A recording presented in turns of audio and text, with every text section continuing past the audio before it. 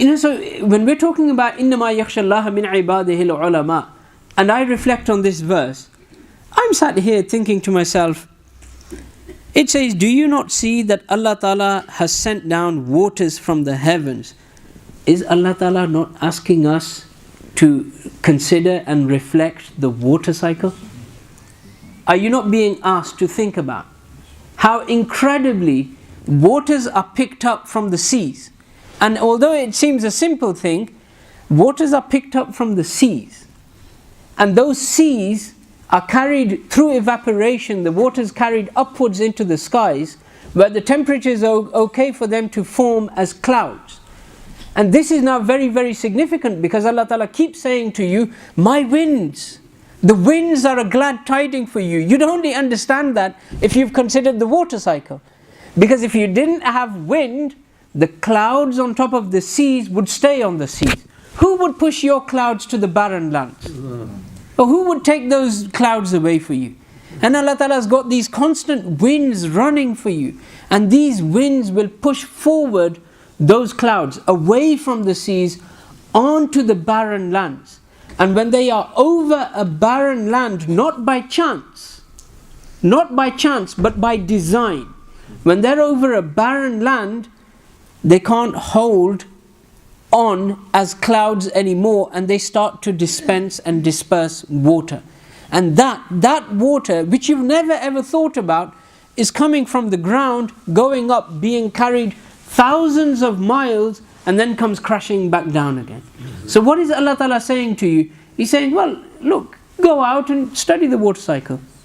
Try to do something similar. You move water, transport water. Do you know how hard it is? Putting it in containers, putting it in trucks, setting up pipelines. And look at how beautifully He does it. When you try to do it, you suddenly realize, wow, when He does it, when my Lord does it, He does it at an incredible level. I can shift a couple of liters. Give me 10, I'll shift you 10 liters. But that's about all I can do. And if somebody's got better apparatus, they'll do a little bit more. But the thousands of liters constantly hanging in the air, moving from place to place. Allah Ta'ala is saying, think about this. Think, who's doing this if it isn't me? When Allah Ta'ala then says, we have produced for you, we have produced with it fruits of varying colors, is Allah Ta'ala not asking you to study botany? Is He not asking you to study plant science? Is Allah Ta'ala not saying, go and have a look, why is the tomato red? Why are the leaves green? Go and see the significance of that. And when you start seeing the significance of the green being green and the red being red, well then tell me all of this happens by chance. Tell me. Tell me why one fruit is sweet and another is bitter. Tell me this all happens by chance. It's not happening by chance. It's happening because I designed it in a very particular way. But if you want to get close to me, go and study. Go and study the plants. We need plant scientists amongst the Muslims. Where are they? When Allah Ta'ala says, and the mountains which are streaked in red and black and white, why is one mountain white? Why is another red? Why do they have varying colors? Isn't Allah Ta'ala asking us and inviting us all, come on, somebody from amongst you, rise and become a geologist. Have a look at it.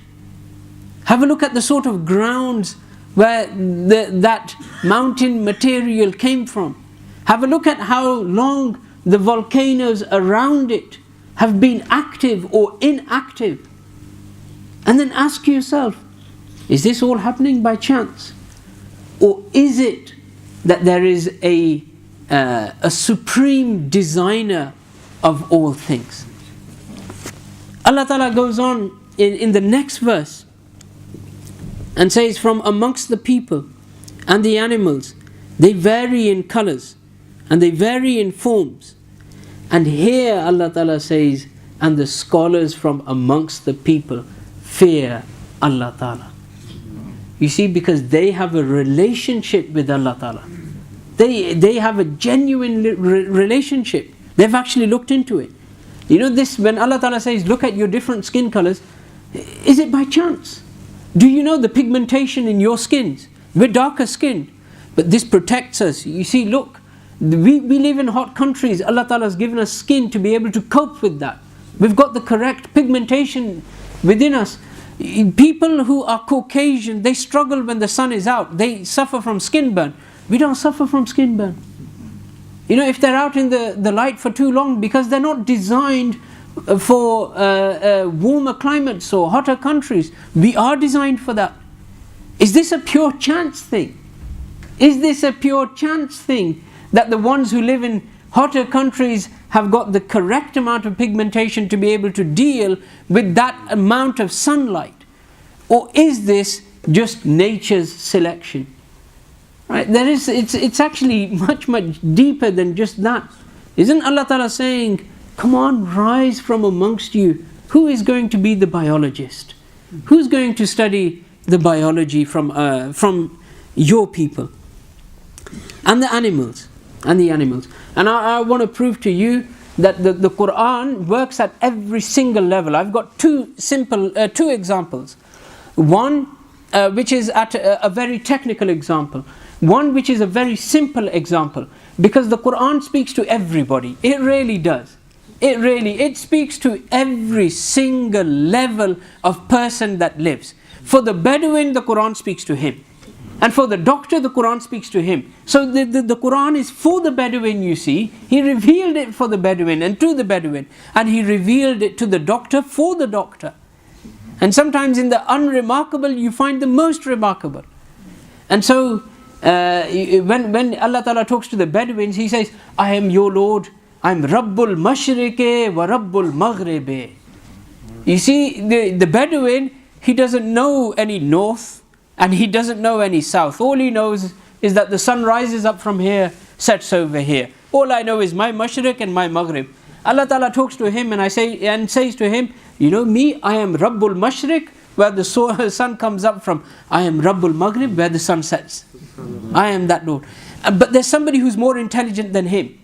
There's somebody more intelligent than him who says, actually, it's not just Mashriq and Maghrib. There's also a Junub. There's always also a south and a north. And so Allah Ta'ala addresses him and says, I do acknowledge that you are intelligent enough to know. And so to him he says, I am Rabbul Mashriqayn wa Rabbul Maghribayn. I am the Lord of both your Mashriqs and I am the Lord of both your Maghribs, because you're a bit more intelligent. And then somebody's going to come along and say, actually we're far more intelligent than that. We know it's not just north, east, southwest. You can actually have a northeast halfway in between. Allah Ta'ala says, okay, I acknowledge that you are very intelligent. So I'll tell you who I am. I am Rabbul Mashariqe wa Rabbul Magharibe. I am the Lord of all of the Mashriqs that you are ever going to discover, and I am the Lord of all your Maghribs that you are ever going to discover. Because I am there. You know, every single level Allah Ta'ala speaks to. It doesn't matter who it is who picks it up. So by way of a simple example, Allah Ta'ala says in one place, Allah Ta'ala talks about the camel. أَفَلَا يَنْظُرُونَ إِلَى الْإِبِلِ كَيْفَ خُلِقَتْ. Do they not look at the camel to see how it was created? You see, this is you don't have to be a biologist to understand this one. You don't have to be somebody who's deeply embedded in science to understand this one. You don't have to be somebody who's gone through a lot of training. You can understand this very simply. Just look at the camel. Don't they look at the camel? Allah Ta'ala says this. Don't they look at the camel to see how it has been created? Don't they? Well, look at the camel. The camel is just like any other animal. It gives milk and people drink camel milk. It's used as transport. Lots of animals are used as transport. Its meats are eaten just like a lot of animals whose meats are eaten. So it resembles lots of other animals. But like all those animals, you do all of these things, but it is not designed to live in all areas. It is designed particularly to live in the deserts. And then its uniqueness comes in. Why is it that a camel has a hump? The camel has a hump which is a meat container, fats container. It's not a water container, it's a fats container. It contains the fats, and then Allah Ta'ala has given it the ability to be able to break down the fats and generate small amounts of water. And this process is called the process of ketosis. It keeps breaking down small amounts of water throughout the whole day. And why? Because Allah Ta'ala knows, I've put this animal in a desert. It's going to be able to survive days, if not weeks, without water. And if I didn't give it this, how is it going to survive? It's perfect creation. Look at the feet. You know, the feet of the camel are really interesting. Look at all of the other animals, they're all hooved. Your camels, your cows, your cattle, your sheep, your buffaloes, your ox, all of them, every single one of them is hooved. Your horses have hooves. But your camel, does it have a hoof? No. Your camel, I'll tell you what it has. It has a massive amount of fat. It's just pure fat on its feet. It's almost, you wouldn't be able to touch it to find where the bone is. That's how fatty the foot is. And I'll tell you what the beauty of this is. If it were a hooved animal for its size, every time it put its foot down, it would have gone into the sand and wouldn't be able to draw it out. It would take a lot of energy putting it in, taking it out, putting it in, taking it out. Why? Because hooves are solid. Instead, Allah Ta'ala has given it an incredibly soft foot. And what happens is, when it lifts the foot, it just comes back together again, and as it lays the foot down, because it's pure fat, it just spreads out. Spreads out so that it doesn't have to use energy pulling itself out of the sand constantly. And he says, but don't you look at that? Don't you ever just consider the camel to see how it's being created? أَفَلَا يَنْظُرُونَ إِلَى الْإِبِلِ كَيْفَ خُلِقَتْ. It's just a simple example. And these are examples mentioned clear cut in the Quran. This is for, that is more for everybody to understand. There is something in this example from the verses of the Quran where Allah Ta'ala talks about the early stages of the embryo. Allah Ta'ala describes the embryo in its earliest stage as alaq. Now if you pick up a translation of the Quran, it's often referred to as a clot of blood. Most translations will call this early stage a clot of blood. But actually anybody who's done Arabic will tell you, but alaq doesn't say clot of blood. Alaq really, it doesn't. Ask anybody who's done a little bit of Arabic, they will tell you the ayn, the lam and the qaf are the root letters for the word suspending or hanging.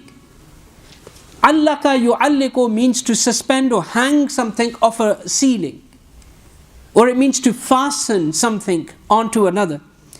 So when Allah Ta'ala is discussing the earliest stage of creation, Allah Ta'ala uses the word alaq, which doesn't mean, and this is speaking to a doctor now, the word alaq doesn't mean a clot of blood.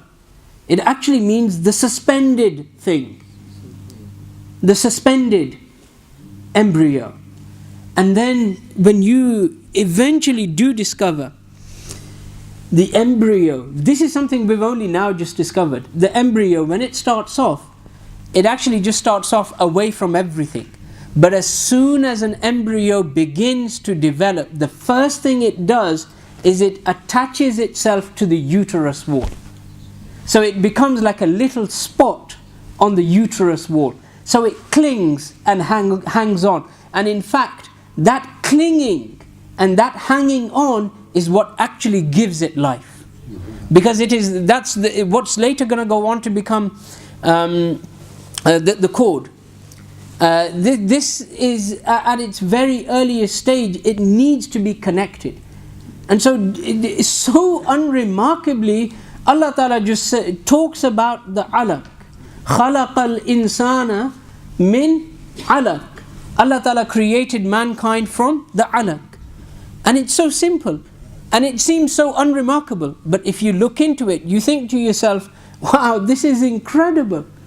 Because Allah Ta'ala is saying to you, you didn't know so many years ago that the alaq is suspended.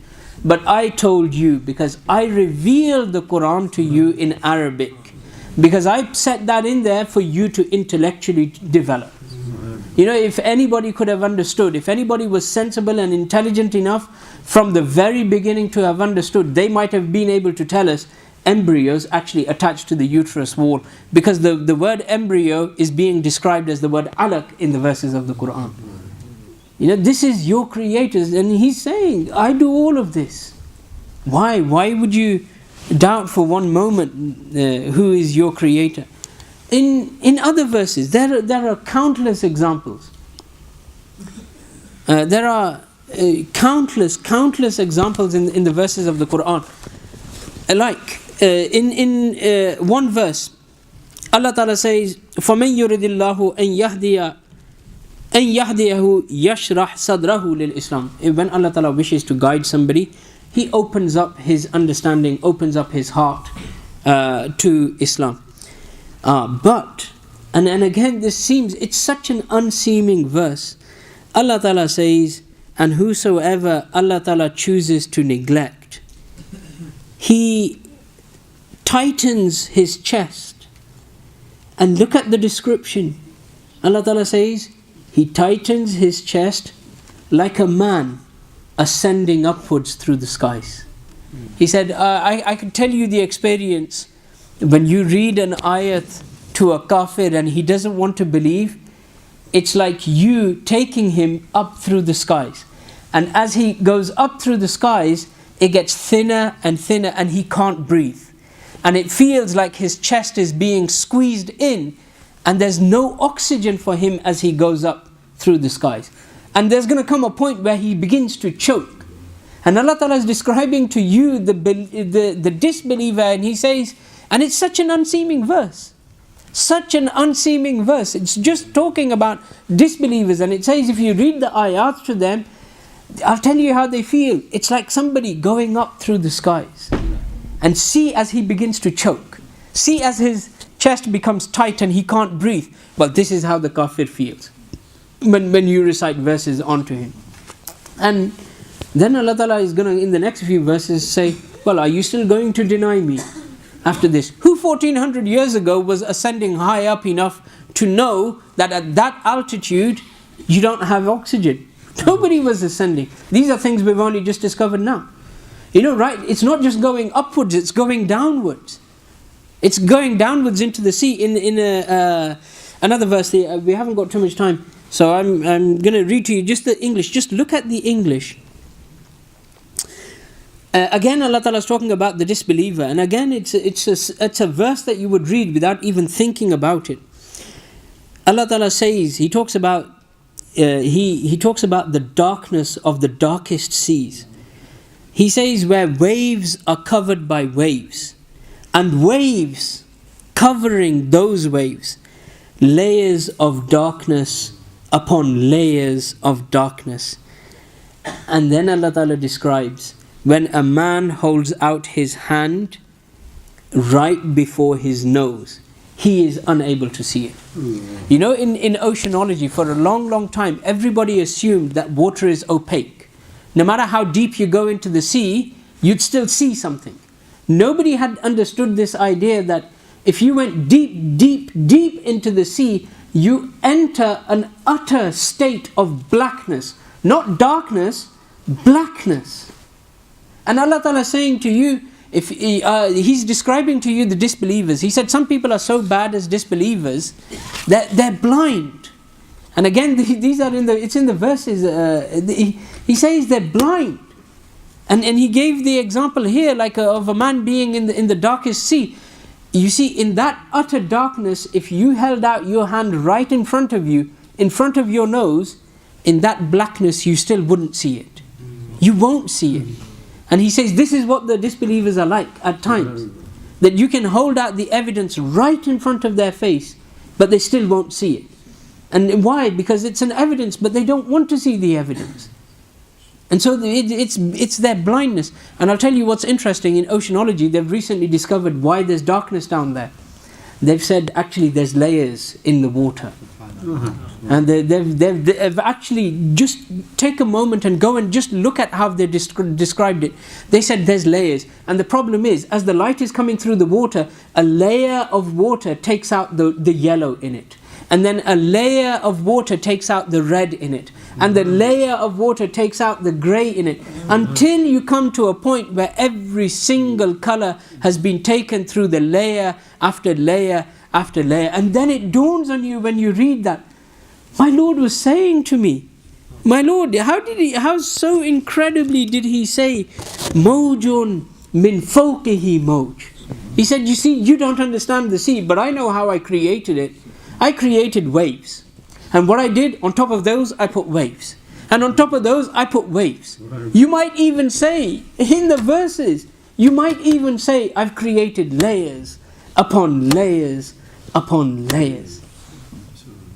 And he says, now that you've come to this, are you still going to deny me? After all of this, are you still going to say that this is just a chance selection? Or are you going to accept that there really is a creator around you? You see, the patterns of the Quran are there for everybody. Allah Ta'ala always discusses these given facts. Look at, this is what the verses of the Quran do. The verses of the Quran give you a fact. They give you a fact like this. And immediately after it, Allah Ta'ala says, He then speaks about the Jannah. He gives you a fact. And then immediately after it, speaks about Jahannam.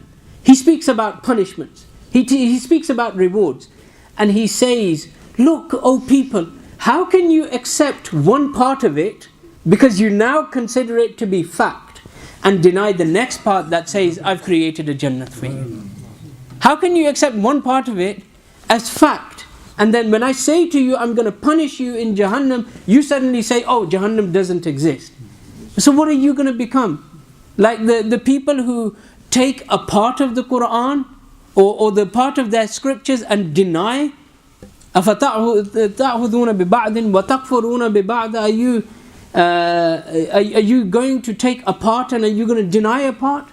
Is this what you're going to do? You can't do these things. If you've accepted one bit, accept the next. And suddenly you'll find your relationship with your Lord developing. Allah Ta'ala mentions incredible detail in creation, and then immediately after it says, and who is the one who created all of this? In the verses, open up 20th para, and He says, and who created the heavens and the earth all around you? And then straight after He says, A-ilahun ma'allah? Do you hold another God alongside Allah Ta'ala? Do you? He's asking us to think. Just take out a moment and think. Unfortunately, there are those people who are blind to the signs, and Allah Ta'ala has described them as blind. And He says that those who are blind in this world will be raised on the Day of Judgment as blind in the next. We're not blind. We're not blind. You see, Allah Ta'ala has bestowed you, your intellects are there, ready to be exercised. The signs in the dunya around you are there, ready to be studied. The verses of the Quran are there, ready to be picked up and recited so that you may develop. If you choose to neglect it, that's entirely your choice. I'll leave you one last thing. All of this is a journey that's drawing us closer to Allah Ta'ala. And whether or not you like it, you're being drawn closer and closer to Allah Ta'ala with every minute. Every breath you take, you're a breath closer to Him. And this is why He said, you can't understand the value of wal asr, innal insana lafi khusr, illa alladhina amanu wa amilu salihat. I swear by time, man is in loss, unless man is engaged like this. أقول قولي هذا وأستغفر الله لي ولكم ولسائر المؤمنين والمؤمنات.